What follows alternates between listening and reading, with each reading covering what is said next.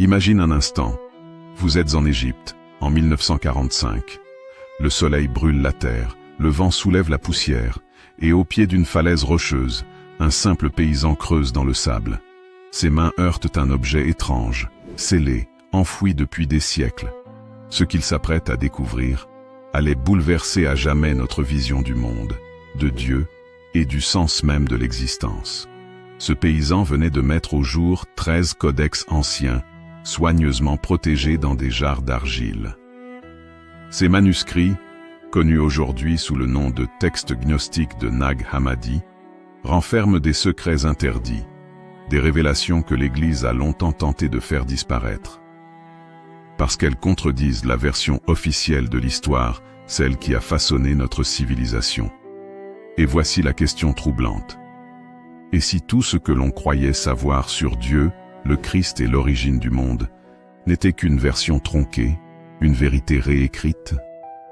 Les manuscrits de Nag Hammadi nous parlent d'un univers mystérieux, d'un Dieu inconnu, d'êtres lumineux appelés éons, d'une Sophia, une sagesse divine, tombée dans l'ombre, et d'un monde matériel créé, non pas par le vrai Dieu, mais par un imposteur. Dans cette vidéo, nous allons plonger ensemble dans ces textes interdits. Préparez-vous à une plongée dans un univers fascinant, déroutant, où mystique et histoire se rencontrent. Car au-delà du mystère religieux, les textes gnostiques posent une question troublante. Qui est réellement Dieu?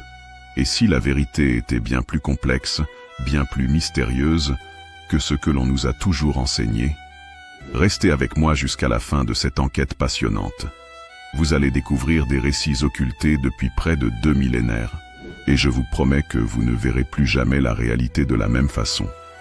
Et si vous aimez ce genre d'histoire mystérieuse, émouvante, et qui bouleverse notre vision du monde, n'oubliez pas de liker la vidéo et de vous abonner à la chaîne Histoires émouvantes. Cela nous aide à continuer à partager avec vous des récits uniques qui éveillent la curiosité et l'imaginaire. Alors, êtes-vous prêts à ouvrir avec moi les pages interdites des évangiles gnostiques et à explorer ce que l'on a tenté de nous cacher depuis des siècles? L'histoire commence dans un petit village poussiéreux de Haute-Égypte, à quelques kilomètres de la ville de Nag Hammadi. Nous sommes en décembre 1945. L'hiver est doux, mais le désert reste implacable. La chaleur du jour alterne avec la fraîcheur des nuits étoilées, et les paysans vivent au rythme des saisons et du Nil. Un homme, Mohamed Ali Al-Samman, accompagné de ses frères, quitte le village à dos d'âne. Leur but est simple: creuser dans les collines rocheuses, à la recherche de fertilisants naturels, une pratique courante pour enrichir les champs. Armés de pioches, ils frappent à la terre, et soudain, l'un d'eux heurte un objet dur. Le bruit résonne, creux, presque métallique. Ils dégagent la poussière, et découvrent une jarre d'argile, scellée, haute d'une 50aine de centimètres. Une jarre qui, à première vue, n'a rien d'extraordinaire. Mais l'intérieur renferme un trésor dont ils n'ont pas conscience. Mohamed Ali hésite. Ouvrir la jarre pourrait libérer un mauvais esprit, pense-t-il, car les croyances locales sont encore imprégnées de traditions anciennes. Mais la curiosité l'emporte. Il brise le seau et soulève le couvercle. À l'intérieur, il ne trouve pas de bijoux, ni d'or, mais des papiers étranges, des manuscrits reliés en cuir, soigneusement pliés, au parfum de poussière et d'éternité. Ce qu'il venait de mettre au jour allait entrer dans l'histoire sous le nom de Codex de Nag Hammadi. 13 volumes de papyrus rédigés en copte, contenant plus de 50 traités gnostiques dont certains étaient totalement inconnus jusque-là. Mais que faisaient ces manuscrits ici, enfouis dans le désert depuis plus de 1500 ans? Qui les avait cachés et pourquoi? Les chercheurs qui plus tard étudieront ces codex avanceront une hypothèse fascinante. Ces textes appartenaient autrefois à une communauté chrétienne dissidente, les gnostiques, persécutés au IVe siècle après J.C., lorsque l'empereur Constantin imposa le christianisme comme religion officielle de l'Empire romain. L'évêque d'Alexandrie, Athanase, avait ordonné en 367 que tous les écrits considérés comme hérétiques soient détruits. Face à cette menace, certains moines coptes auraient pris un risque immense, caché ces manuscrits dans une jarre, au cœur du désert, espérant qu'un jour, quelqu'un les retrouverait. Et voilà que, par un hasard extraordinaire, en 1945, ils ressurgissent. Ces textes sont bouleversants, car ils révèlent une vision du monde radicalement différente de la doctrine chrétienne officielle. Ils parlent d'un Dieu inconnu, d'un univers composé d'éons, entités divines, et surtout d'un récit troublant. Le monde matériel n'aurait pas été créé par le vrai Dieu, mais par un démiurge imparfait, une sorte d'architecte ignorant ou arrogant. En d'autres termes, ce que nous appelons Dieu dans la Bible pourrait ne pas être le véritable Dieu. Mais revenons au moment de la découverte. Mohamed Ali et ses frères, ne comprenant pas la valeur des manuscrits, les ramènent chez eux. Dans les jours qui suivent, un drame éclate dans sa famille. Une vendetta locale conduit au meurtre de son père. Pris dans le tourbillon de la vengeance et de la peur, Mohamed Ali néglige les manuscrits. Sa mère, ignorant leur importance, jette certains d'entre eux dans le feu pour allumer le poêle. Ainsi, une partie de ce trésor inestimable disparaît en fumée, à jamais perdu.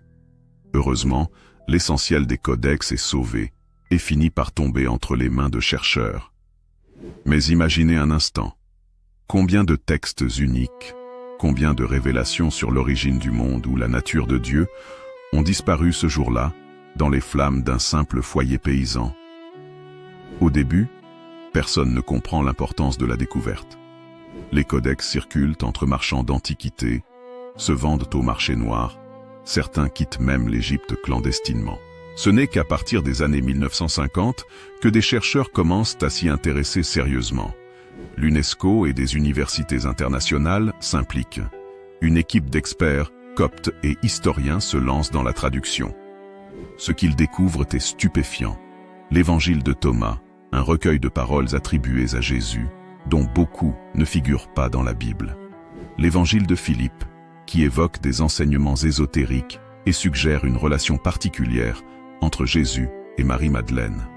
L'Évangile de Vérité, attribué à Valentin, l'un des grands maîtres gnostiques du IIe siècle, et d'autres textes mystérieux.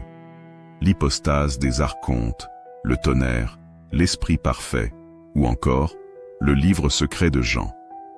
Ces écrits ne racontent pas simplement une version alternative de l'histoire chrétienne. Ils proposent une cosmologie radicalement différente, où la matière est prison, où la véritable lumière est cachée, et où l'homme doit retrouver en lui-même l'étincelle divine oubliée. Dès leur découverte, ces textes posent un problème colossal à l'Église, car ils contredisent la version officielle des évangiles canoniques. Pendant des siècles, l'Église avait qualifié le gnosticisme d'hérésie. Les pères de l'Église, comme Irénée de Lyon, avaient combattu ces doctrines avec acharnement au IIe siècle. Mais jusqu'à Nag Hammadi, nous ne connaissions le gnosticisme que par les écrits de ses ennemis. Pour la première fois, en 1945, la voix des gnostiques eux-mêmes ressurgit, intacte, après 1600 ans de silence. Et cette voix raconte une vérité troublante. Le Dieu créateur du monde matériel n'est pas le vrai Dieu. Jésus n'est pas venu pour fonder une religion, mais pour enseigner à l'homme qu'il porte déjà en lui la gnose, la connaissance libératrice. Le salut n'est pas dans les dogmes ou les rituels, mais dans la connaissance intérieure. Imaginez le choc pour les chercheurs en lisant ces textes pour la première fois. Tout ce que l'Occident croyait savoir sur ses racines spirituelles semblait vaciller. Et peu à peu, un sentiment grandissait. Ces manuscrits n'avaient pas été perdus par hasard. Ils avaient été cachés volontairement, comme un message laissé aux générations futures. Un message qui ne devait être découvert qu'au moment opportun, peut-être dans une époque comme la nôtre, en quête de sens, ébranlés par les dogmes et les certitudes. Car ces textes ne se contentent pas de raconter des mythes religieux, ils parlent directement à l'âme. Ils posent une question intemporelle. Sommes-nous prisonniers d'un monde illusoire? Et si la véritable divinité se trouvait non pas au ciel, mais au plus profond de nous-mêmes? Imaginez un instant. Vous croyez connaître l'histoire de Jésus. Vous avez entendu ses paraboles, Vous connaissez ces miracles, vous avez en tête les récits des évangiles de Matthieu, Marc, Luc et Jean. Mais soudain, une voix venue du désert, vieille de près de 2000 ans, vous chuchote d'autres paroles, inédites, effacées de l'histoire officielle. C'est exactement ce qui s'est produit lorsque les chercheurs ont déchiffré les premiers mots de l'évangile de Thomas. Dès les premières lignes, le ton est donné. Il ne s'agit pas d'un récit de miracle, ni d'une biographie de Jésus. Non. L'évangile de Thomas est une collection de 114 paroles attribuées au Christ, souvent mystérieuses, énigmatiques, parfois paradoxales, et pourtant d'une profondeur bouleversante. Ce texte commence ainsi. Voici les paroles secrètes que Jésus le vivant a dites, et que Didyme Jude Thomas a écrites.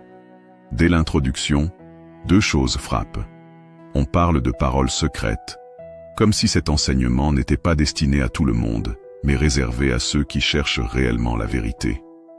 L'auteur est identifié comme Thomas, parfois surnommé le jumeau de Jésus dans certaines traditions gnostiques. Les paroles qui suivent ont de quoi troubler. Par exemple, Jésus dit « Le royaume est à l'intérieur de vous, et il est à l'extérieur de vous. Quand vous vous connaîtrez, vous serez connus, et vous comprendrez que vous êtes les enfants du Père vivant. Mais, si vous ne vous connaissez pas, vous êtes dans la pauvreté, et vous êtes la pauvreté. » Cette phrase à elle seule bouleverse toute la théologie traditionnelle. Ici, pas de péché originel, pas de salut par l'intermédiaire d'une église. Le royaume de Dieu n'est pas ailleurs, dans un futur lointain. Il est déjà là, au cœur de chacun de nous.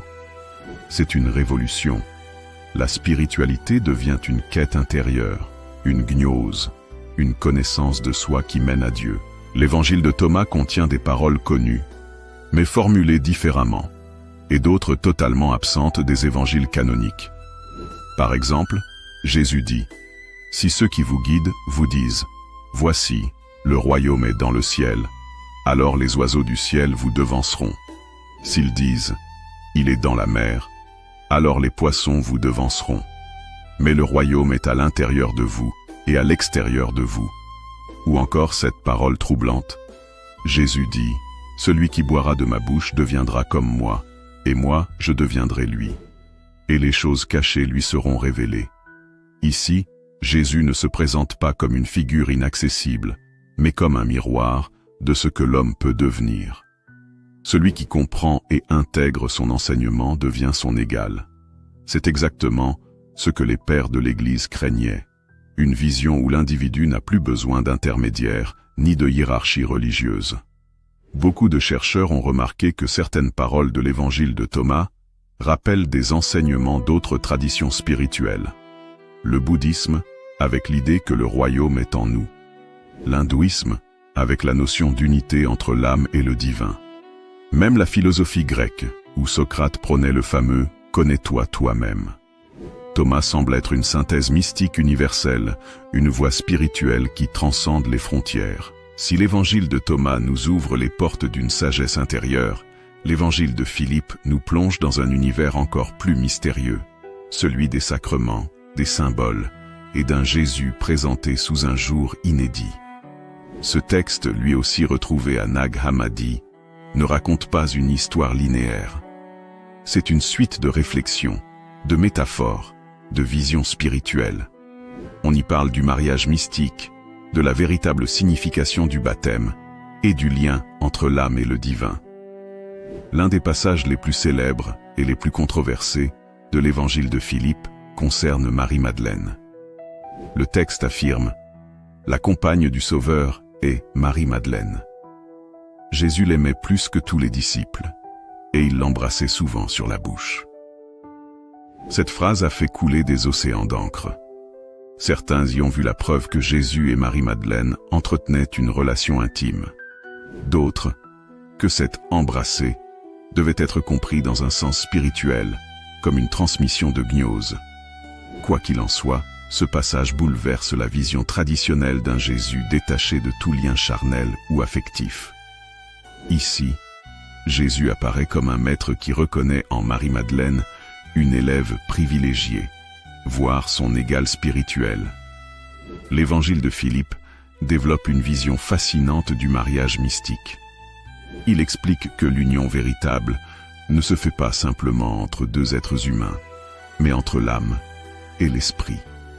Le mariage devient alors le symbole d'une réunification entre le monde terrestre et le monde divin. Et selon ce texte, seul celui qui connaît ce mystère de l'union peut véritablement accéder au royaume. Philippe insiste aussi sur le baptême, mais pas comme un simple rite extérieur. Il dit que le véritable baptême est une immersion dans la lumière, une transformation intérieure profonde qui change la nature même de l'être humain. Dans ce texte, les sacrements ne sont pas de simples cérémonies. Ils sont des portes vers la gnose, des clés pour réveiller l'étincelle divine qui sommeille en nous. Ces textes, Thomas et Philippe, étaient explosifs pour l'institution chrétienne, car ils remettaient tout en cause. L'autorité de l'Église comme unique voie de salut, l'image d'un Jésus uniquement Messie ou sacrifié, la place de la femme dans la spiritualité, Marie-Madeleine étant présentée comme disciple majeur, et surtout, la possibilité pour chaque être humain d'accéder directement à Dieu, sans intermédiaire. C'est pour cela qu'ils furent qualifiés d'hérétiques, bannis et enfouis dans le désert pendant des siècles. Pourtant, malgré les siècles d'oubli, ces évangiles sont réapparus. Et aujourd'hui, ils résonnent d'une manière troublante avec notre époque. Dans un monde en quête de sens, saturé de dogmes, de règles et de divisions, la voix de Thomas nous rappelle que la vérité est déjà en nous. Et la voix de Philippe nous rappelle que le sacré ne se trouve pas seulement dans des rituels, mais dans l'union intime entre l'humain et le divin. Pour comprendre la vision gnostique, il faut oublier nos repères habituels. Dans la Bible, tout commence avec un Dieu unique, créateur du ciel et de la terre. Dans les textes de Nag Hammadi, tout commence aussi avec Dieu, mais pas celui qu'on imagine. Les gnostiques parlent d'un Dieu inconnu, ineffable, au-delà de toute compréhension. Il n'a ni forme, ni nom, ni limite. Il est la source de tout ce qui existe, une lumière pure, infinie, que rien ne peut contenir. Autour de ce Dieu inconnaissable, il existe une dimension divine appelée le plérôme, du grec pléroma, plénitude. Le plérôme est peuplé d'êtres spirituels parfaits, les éons, émanations du Dieu suprême.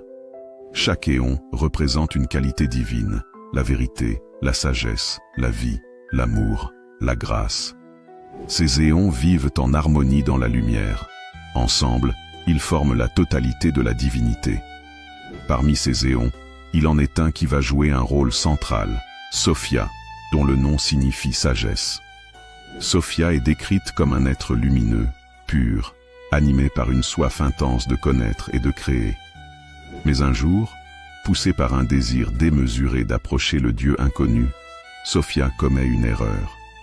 Elle agit seule, sans l'accord de son compagnon Éon, car les éons fonctionnent en syzygie, en couple complémentaire.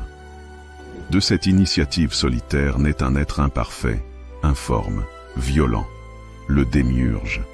Le démiurge, appelé parfois Yaldabaoth dans les textes gnostiques, est décrit comme un être monstrueux, souvent comparé à un lion à face de serpent. Ignorant ses origines divines, il se croit lui-même le seul et unique Dieu. Et c'est là que le mythe devient explosif. Selon les gnostiques, ce démiurge est celui qui a créé le monde matériel. Autrement dit, l'univers que nous connaissons, la terre, les cieux, la chair, la matière, n'est pas l'œuvre du Dieu suprême, mais d'un architecte ignorant et imparfait. C'est pourquoi, pour les gnostiques, le monde matériel est imparfait, marqué par la souffrance, la corruption et la mort. Il n'est pas notre véritable demeure. Le démiurge, en créant l'univers, proclame « Je suis Dieu, et il n'y en a pas d'autre que moi ». Ces paroles, rapportées dans certains textes, résonnent étrangement avec celles que l'on trouve dans l'Ancien Testament. Les gnostiques en concluent, le Dieu jaloux et vengeur de la Bible hébraïque n'est pas le vrai Dieu, mais ce démiurge qui se prend pour l'absolu. Pour consolider son pouvoir, le démiurge engendre des forces appelées archontes, des entités cosmiques qui gouvernent les planètes, les sphères célestes et la destinée des hommes. Leur rôle, maintenir l'humanité prisonnière du monde matériel dans l'ignorance de sa véritable origine. Dans cette vision, l'être humain est une créature paradoxale. Le démiurge a façonné le corps humain avec de la poussière, de la matière inerte. Mais Sophia, prise de compassion, a soufflé en l'homme une étincelle de lumière divine. Résultat, le corps appartient au démiurge. Mais l'âme profonde, la conscience, appartient au Dieu inconnu. Ainsi, chaque être humain est partagé entre deux mondes. Le monde de la chair, de la souffrance, de la peur, et le monde de l'esprit, de la lumière, de la vérité. Le rôle des archontes est d'empêcher l'homme de découvrir cette vérité en le distrayant par les plaisirs, en l'asservissant par la peur, en le plongeant dans l'oubli. Dans ce contexte, Jésus apparaît dans les textes gnostiques non pas comme un simple Messie venu mourir pour les péchés, mais comme un révélateur. Il est celui qui vient rappeler à l'homme son origine divine oubliée. Il dit aux disciples, « Si vous vous connaissez, vous serez connus, et vous saurez que vous êtes les fils du Père vivant. » Autrement dit, Jésus n'est pas venu fonder une nouvelle religion, ni imposer des lois. Il est venu briser l'illusion du démiurge et des archontes, pour réveiller la lumière endormie en chaque être humain. Le mythe gnostique ressemble presque à un récit de science-fiction. Un Dieu inconnu au-delà des mondes. Des entités spirituelles parfaites, les éons. Une chute cosmique, Sophia et le démiurge. Un univers matériel qui n'est qu'une prison. Des forces hostiles, les archontes, qui manipulent l'humanité. Et une mission secrète, libérer la lumière cachée dans l'homme. Mais au-delà du mythe, les gnostiques affirment que ce combat est bien réel, qu'il se joue en nous, à chaque instant. Chaque fois que nous choisissons la peur, la haine, l'ignorance, nous nourrissons le démiurge. Chaque fois que nous choisissons la connaissance, l'amour, la vérité intérieure, nous libérons notre étincelle divine. On comprend alors pourquoi l'Église officielle a combattu avec tant de force le gnosticisme. Car si ce récit est vrai, même au sens symbolique, il remet en cause l'autorité de toute institution religieuse. Si Dieu n'est pas le créateur du monde matériel, alors l'Ancien Testament perd sa légitimité. Si l'homme porte en lui la divinité, alors il n'a pas besoin de prêtre, ni de dogme. Si Jésus est venu transmettre une gnose, alors la foi aveugle ne suffit plus. Il faut chercher par soi-même. C'était une menace directe pour la structure hiérarchique qui s'imposait au IVe siècle. Et pourtant, malgré les siècles de silence, ce mythe continue de fasciner, car il résonne étrangement avec notre époque. L'idée d'un monde illusoire manipulé par des forces supérieures évoque la matrice. Le film Matrix est d'ailleurs largement inspiré de cette vision gnostique. La conviction que la vérité est en nous rappelle les traditions spirituelles orientales, et la critique d'un Dieu dominateur interpelle dans une ère où les dogmes religieux sont remis en question. Peut-être que, comme l'avaient pressenti ceux qui ont caché les manuscrits, le temps de la révélation est venu. Pour comprendre les gnostiques, il faut imaginer un monde où la religion n'était pas un choix personnel, mais une question de survie sociale et politique. Nous sommes au IIe et IIIe siècle de notre ère. L'Empire romain règne, le polythéisme est encore dominant, mais le christianisme grandit dans l'ombre. À cette époque, les communautés gnostiques existent dans un entre-deux étrange. Elles se réclament du Christ, mais leur vision est tellement différente qu'elles sont rejetées à la fois par les païens, par les juifs, et bientôt par les chrétiens eux-mêmes. Pour survivre, elles se rassemblent en petites cellules discrètes, souvent urbaines, parfois proches de cercles philosophiques. Elles se rencontrent dans des maisons privées, loin des foules, pour partager leurs enseignements. Contrairement aux églises chrétiennes naissantes, qui cherchaient à rassembler le plus grand nombre autour de rites simples, baptême, Eucharistie, les gnostiques se voulaient une voie d'initiés. Leurs textes le disent clairement. Ces paroles sont secrètes. Elles ne sont pas pour tous, mais pour ceux qui sont dignes de les recevoir. L'accès à la gnose n'était donc pas ouvert à tout le monde. Il fallait être préparé, guidé, initié. Cela donnait à leurs assemblées une atmosphère de mystère, presque de société secrète. Leurs réunions n'étaient pas de simples prières, mais des expériences profondes, lecture de textes ésotériques, méditation, interprétation des visions, et surtout, transmission orale d'enseignements cachés. Contrairement à ce que l'on pourrait croire, les gnostiques pratiquaient eux aussi des sacrements, mais avec une signification bien différente de celle de l'Église officielle. Le baptême, ce n'était pas seulement une immersion dans l'eau, mais une plongée dans la lumière divine, une purification intérieure. L'Eucharistie, elle symbolisait l'union avec le Christ, mais plus dans un sens mystique qu'historique. Le mariage spirituel, un rite majeur dans certaines écoles gnostiques, symbolisant la réunification de l'âme et de l'esprit. Le tout était entouré de symboles et de métaphores puissantes. Le vin et le pain n'étaient pas de simples aliments sacrés. Ils représentaient la fusion du terrestre et du céleste. L'un des aspects les plus fascinants et les plus controversés du gnosticisme est son rapport au corps. Puisque le monde matériel est considéré comme une prison, certains groupes prônaient un ascétisme radical, rejet du mariage, abstinence sexuelle, régime frugal. Leur but était de s'éloigner de la matière pour se rapprocher de l'esprit. Mais d'autres courants gnostiques adoptaient une vision inverse, encore plus déroutante. Puisque le corps n'a pas d'importance ultime, il ne faut pas craindre ses pulsions. Ainsi, certains groupes auraient pratiqué des rituels sexuels symboliques, visant à dépasser les illusions de la chair. Cette diversité a alimenté les accusations d'hérésie, parfois même de scandale, de la part des chrétiens orthodoxes. Mais au fond, tout cela exprimait la même quête: briser l'emprise du démiurge sur l'homme et réveiller la lumière divine intérieure. Ce qui distingue radicalement les gnostiques, c'est leur obsession pour la connaissance. Pas une connaissance intellectuelle, mais une connaissance vécue, intime, révélatrice.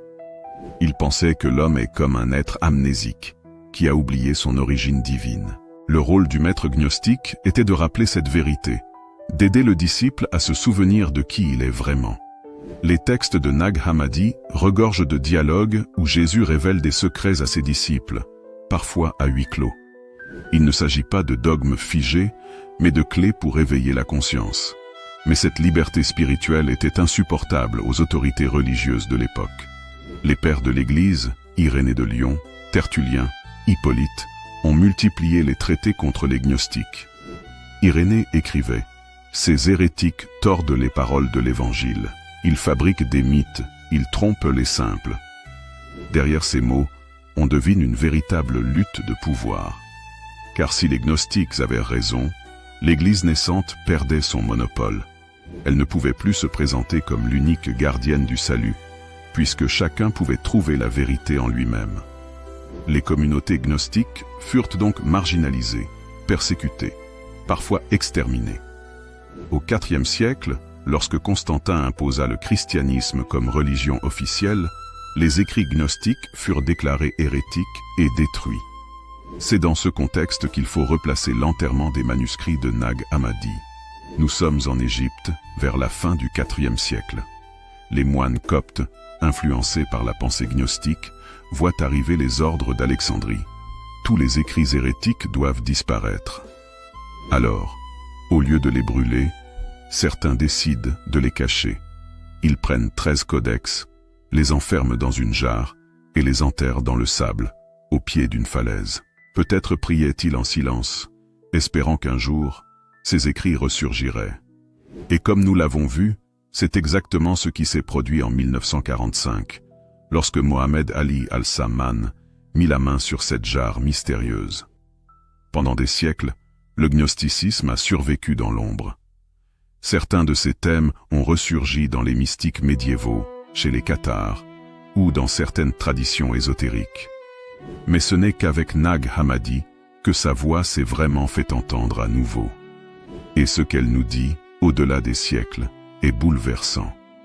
Que nous ne sommes pas des êtres déchus, mais des fragments de lumière. Que le monde matériel n'est pas notre ultime demeure. Que le salut ne vient pas de l'extérieur, mais de l'intérieur. Arrêtons-nous une seconde sur cette coïncidence étrange.